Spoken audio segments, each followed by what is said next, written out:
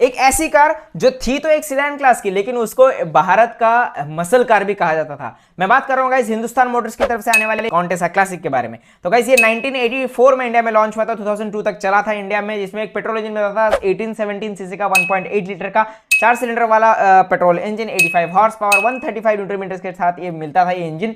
दूसरा जो diesel engine था वो था 1995 का, मतलब 2 लीटर का 4 सिलेंडर वाला डीजल इंजन, पावर निकलता था 55 हॉर्स पावर, 107 न्यूटन मीटर का टॉर्क निकलता था। प्राइस स्टार्ट होता है 4.8 लाख से 5.4 लाख रुपीज एक शोरूम।